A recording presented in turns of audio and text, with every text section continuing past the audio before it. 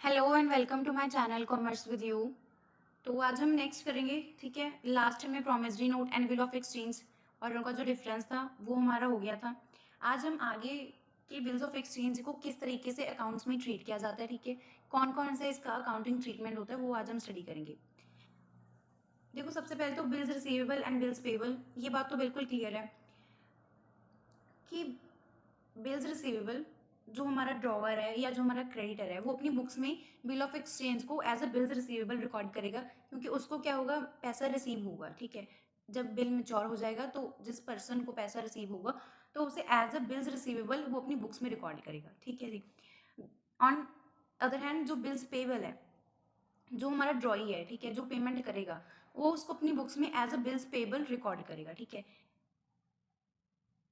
Next देखो, ये जो सारे हमारे हैं, retention of bill, endorsement of bill, discounting of bill या bill send to bank for collection, ये सारे जो है हमारी डिफरेंट केसेस हैं कि जैसे अगर रिटेंशन ऑफ बिल है, ठीक है, तो फिर क्या अकाउंटिंग ट्रीटमेंट है वो हम आज स्टडी करेंगे। सबसे पहले देखो, रिटेंशन ऑफ बिल का मतलब क्या है कि जो हमारा बिल ऑफ एक्सचेंज है, ठीक है, उसको हमने till the date of maturity हमारे पास पड़ा है, ठीक है। जब उस बिल ऑफ एक्सचेंज की मेच्योरिटी पीरियड कंप्लीट हो जाएगा, ठीक है, तो हम क्या करेंगे, उसको बिल को प्रेजेंट करेंगे और अपनी पेमेंट कलेक्ट कर लेंगे, ठीक है जी। अगेन दोबारा समझो, देखो ड्रॉअर है जो बिल का, ठीक है, उसको कैश की इमीडिएट ज़रूरत नहीं है।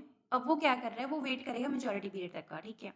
जब मेच्योरिटी पीरियड आ जाएगा, ठीक है, बिल जो है मैच्योर हो जाएगा, तब वो अपनी पेमेंट कलेक्ट कर लेगा, ठीक है। तब तक जब तक मैच्योरिटी पीरियड नहीं कंप्लीट होता तब तक वो क्या कर रहा है, ड्रॉअर जो है वो बिल को अपने पास रखा हुआ है, ठीक है। That means retention of bill, इसको हम बोलते हैं रिटेंशन ऑफ बिल, ठीक है। नेक्स्ट अगर endorsement of bill, endorsement of bill में क्या है कि जब ड्रॉअर जो है आगे अपने किसी क्रेडिटर को बिल दे देता है, ठीक है, मतलब जैसे ड्रॉअर है, ठीक है, उसने आगे क्या किया, जो बिल ऑफ एक्सचेंज उसके पास ऑलरेडी पड़ा था उसने वो उठाकर अपने किसी क्रेडिटर को दे दिया फॉर अ फुल पेमेंट या फुल सेटलमेंट के लिए या फिर हाफ पेमेंट के लिए। वो डिपेंड करता है कि क्वेश्चन में कैसे बता हुआ, ठीक है। तो ये हो गया endorsement of bill. Next is discounting of bill. Discounting of bill मतलब फॉर एग्जांपल देखो, हमारे पास जो बिल का मेच्योरिटी पीरियड है वो 3 महीने का है, ठीक है। 3 महीने बाद जो बिल है हमारा मेच्योर हो जाएगा।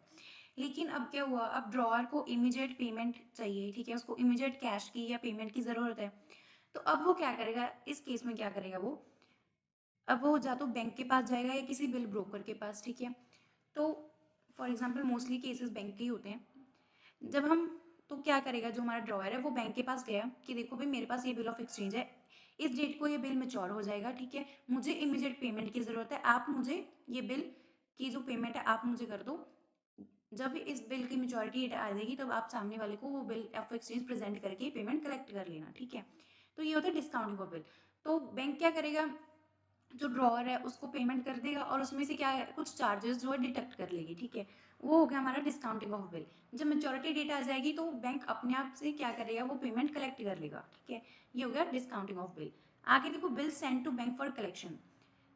Bill send to bank for collection में क्या है कि जैसे देखो, स्मॉल लेवल का अगर बिजनेस है तो उसमें तो ये चीज़ ईजी है, ठीक है, मतलब पर्सन अलग अलग पर्सन को बिल प्रेजेंट करके पेमेंट कलेक्ट कर सकता है।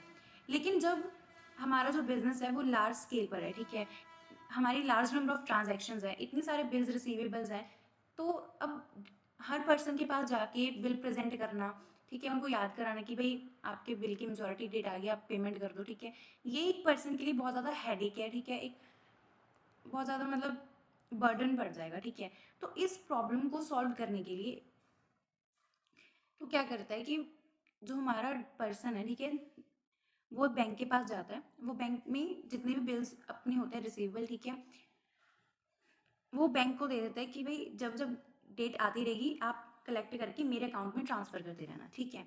तो इसमें कुछ डिडक्शन चार्जेस होते होंगे। इसमें क्या होता है, जो बैंक है, ठीक है, जब वो मेच्योरिटी पीरियड आ जाता है वो पेमेंट कलेक्ट करके हमारा जो ड्रॉयर है उसके अकाउंट में ट्रांसफ़र कर देता है। ये होता है bill send to bank for collection.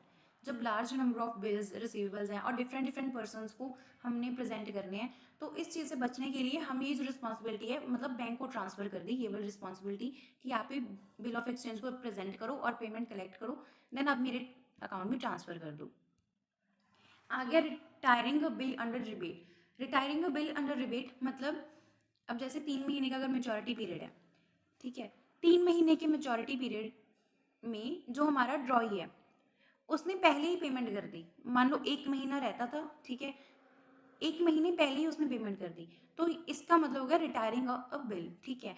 और जब पेमेंट जल्दी कर रहा है तो उसे ना कुछ रिबेट दिया जाता है कि जैसे 1 महीना रहता है, ठीक है, तो उसके ऊपर एक फॉर्मूला होता है, कैलकुलेट करके उतना जो रिबेट है अमाउंट है वो उसको एज अ रिबेट मिल जाती है, ठीक है। तो और जो बिल होता है वो हमारा रिटायर हो जाता है।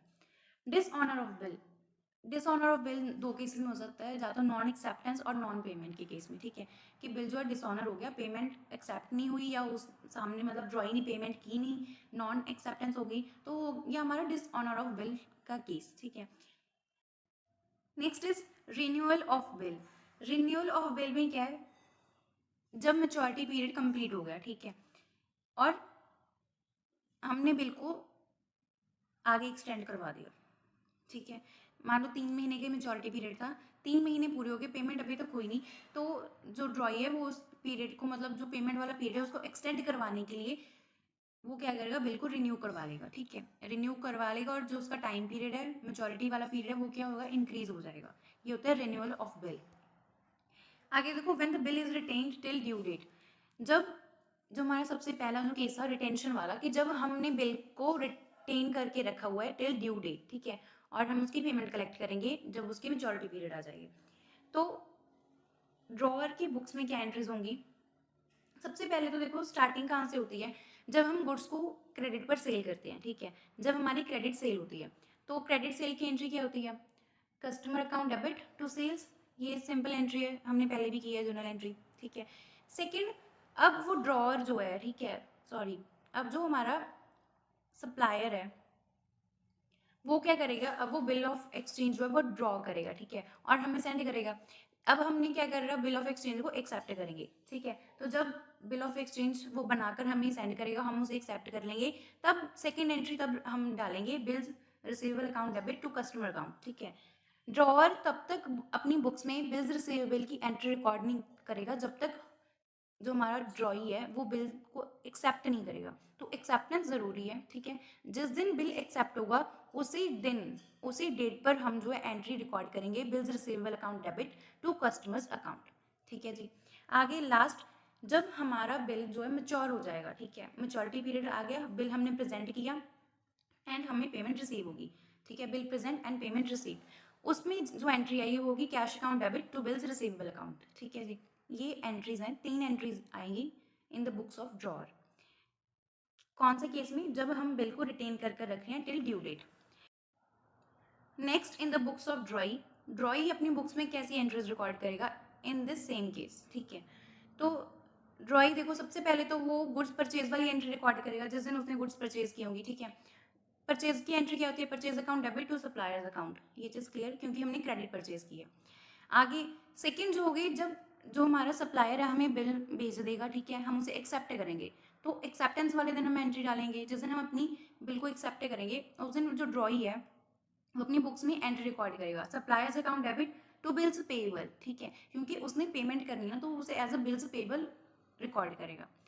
नेक्स्ट थर्ड एंट्री कब आएगी, जिस दिन वो पेमेंट करेगा, when payment is made on due date, जब ड्यू डेट आ जाएगी वो पेमेंट कर देगा, ठीक है, तब तीसरी एंट्री जो होगी हमारी रिकॉर्ड होगी, bills payable account debit to cash account. ये चीज़ क्लियर, ये जो एंट्रीज है ये हमने रिकॉर्ड करनी है, ये एंट्रीज हम पास करेंगे जब हमारा पहला केस होगा रिटेंशन टिल ड्यू डेट, ठीक है जी। अब देखो क्वेश्चन देखो, on January 1 2026 A sold goods to B for 1500, ठीक है, 1 जनवरी 2026 को ए ने बी को गुड्स सेल की 1500 की, and Drew bill on him payable after 3 months, bill उसने बिल ऑफ एक्सचेंज बनाकर उसको दे दिया, ठीक है, जिसकी ड्यू डेट थी 3 महीने बाद की। The bill was accepted and return to him, ठीक है, बी ने बिल एक्सेप्ट कर लिया और उसे वापस कर दिया। B made payment of the bill on maturity, जब मेच्योरिटी पीरियड आया बी ने पेमेंट कर दी, pass journal entries in the books of both the parties, दोनों पार्टीज की जर्नल एंट्रीज हमें रिकॉर्ड करनी है। सबसे पहले देखो ड्यू डेट किस तरीके से निकालते हैं। अभी मैंने बताया था बिल ऑफ एक्सचेंज में मेच्योरिटी जब हमारी हो जाती है जो, ठीक है, उससे हमें 3 दिन एक्स्ट्रा देते हैं, ग्रेस टाइम होता है 3 दिन का, ठीक है। जैसे फॉर एग्जांपल इसी क्वेश्चन में हमारा जो बिल है वो 1 जनवरी 2026 को है, ठीक है। उस दिन वो बिल बना और कितने टाइम पीरियड का, 3 महीने का, ठीक है, प्लस 3 मंथ्स, 3 महीने, 1 जनवरी 2026 से 3 महीने ऐड करेंगे कि कितना आ जाएगा, 1 अप्रैल 2026 आ गया। ग्रेस पीरियड ऐड करेंगे, कितने दिन का ग्रेस पीरियड है, 3 डेज का, ठीक है, 3 दिन का ही ग्रेस पीरियड होता है। तो जो हमारा मतलब जितने महीनों का वो जो हमारा बिल्स पेबल का मेच्योरिटी पीरियड है, ठीक है, उसमें हम 3 दिन ऐड करके जो हमारी डेट आएगी वो क्या आ जाएगा, हमारा ड्यू डेट। इस दिन तक हमारी पेमेंट हो जानी चाहिए, ठीक है। तो ड्यू डेट कौन सी आएगी, 4 अप्रैल 2026। तो जो हमारी थर्ड एंट्री है, ठीक है, पेमेंट वाली, वो 4 अप्रैल की होगी। अब देखो इन द बुक्स ऑफ ए में एंट्रीज कैसे रिकॉर्ड करेंगी, सेम वही, सबसे पहले जब उसने ए ने गुड्स सेल की होंगी, ठीक है, तो वो सेल की एंट्री रिकॉर्ड करेगा।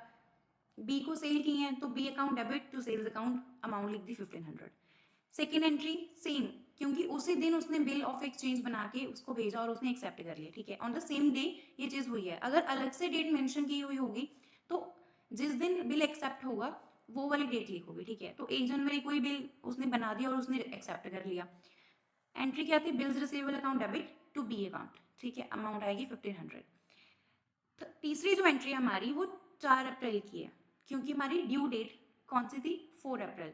Cash account debit to bills receivable account, ये चीज क्लियर।